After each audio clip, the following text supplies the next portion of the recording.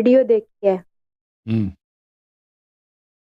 تو اس میں نا ایک ذاکر مجلس پڑھ رہے ہیں جن کا نام ہے ذاکر ضمیر اختر صاحب، مجلس پڑھ رہے ہیں۔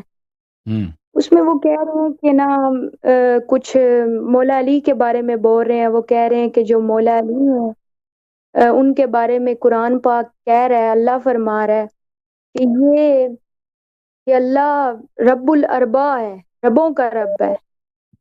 ہوں تو کیا قرآن میں کوئی ایسی آیت ہے؟ اگر ہے تو کیا اللہ واقعی وہ رب کون ہے جو وہ اللہ دیکھیں فرما رہا دیکھیں ہے کہ میری میں بہن، بات سنیں، عربی زبان میں رب جو ہے نا، رب مطلقاً اب کہہ دیں رب پروردگار، یہ صرف اللہ کو کہہ سکتے ہیں، غیر اللہ کو آپ مطلق طور پہ رب نہیں کہہ سکتے۔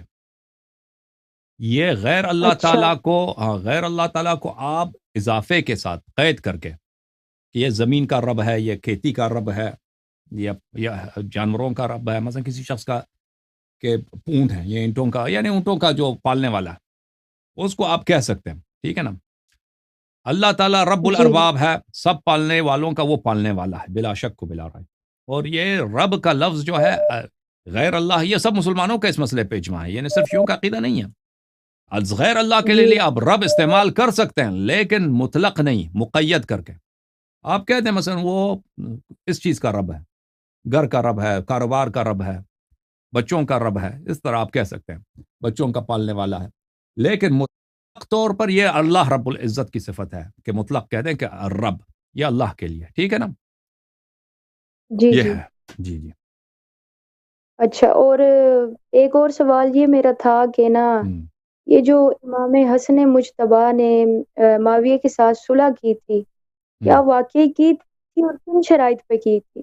جی رسول اللہ صلی اللہ علیہ وسلم نے مشرکین کے ساتھ صلح کیا تھا نا۔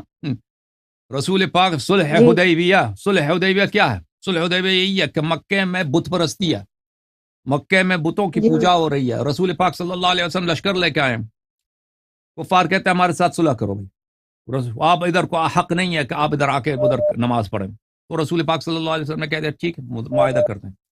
اللہ کے حکم سے انہوں نے کفار کے ساتھ صلح کیا تھا، تو ان کے نانا نے کفار کے ساتھ صلح کیا تھا کس مسئلے پر؟ اس مسئلے پر ان کو چھوڑ دیا تھا کہ بھئی ہم مکہ نہیں آئیں گے، حج نہیں کریں گے، عمرہ نہیں کریں گے، مکے میں جو بت ہیں وہ بتوں کو رہنے دیں گے، ٹھیک ہے نا۔ تو یہ اگر جی کوئی مصلحت ہو، نہ رسول پاک صلی اللہ علیہ وسلم نے مصلحت کے طور پر مسلمانوں کے فائدے کے لیے، اسلام کے فائدے کے لیے کفار کے ساتھ کیا کیا انہوں نے؟ صلح کیا۔ تو اسی طرح اگر ہمارے آقا امام حسن مجتبیٰ علیہ الصلاۃ والسلام کفار کے ساتھ جو ظاہر میں مسلمان ہیں، یعنی معاویہ بن ابی سفیان، اس کے ساتھ معاہدہ کرتے ہیں، کیونکہ ان کے ساتھی نہیں ہیں، وہ جہاد ممکن نہیں ہے، کیونکہ جہاد کے لیے لشکر کی جی ضرورت ہوتی ہے، لشکر تو ان کے پاس ہے نہیں، لشکر سب مل گئے، معاویہ سے پیسے لے کے ان کے جرنیل سب مل گئے تھے، تو انہوں نے صلح کیا تھا اپنی جان بچانے کے لیے، اپنے اہل بیت کو جان بچانے کے لیے، اور اپنے شیعوں کی جان بچانے کے لیے۔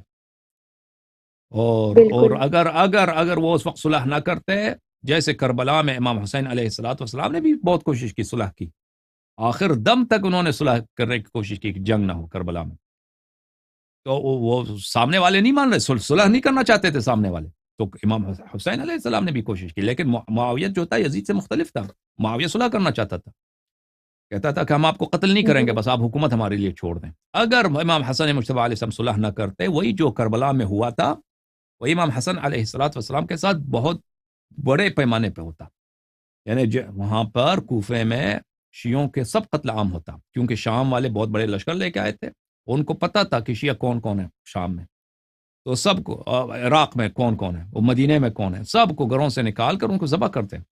تو امام حسن مجتبیٰ علیہ الصلوۃ والسلام نے دین بچایا، اسلام بچایا، ایمان بچایا۔ جی، اور مزید بے بولیں میری شک۔ بہن۔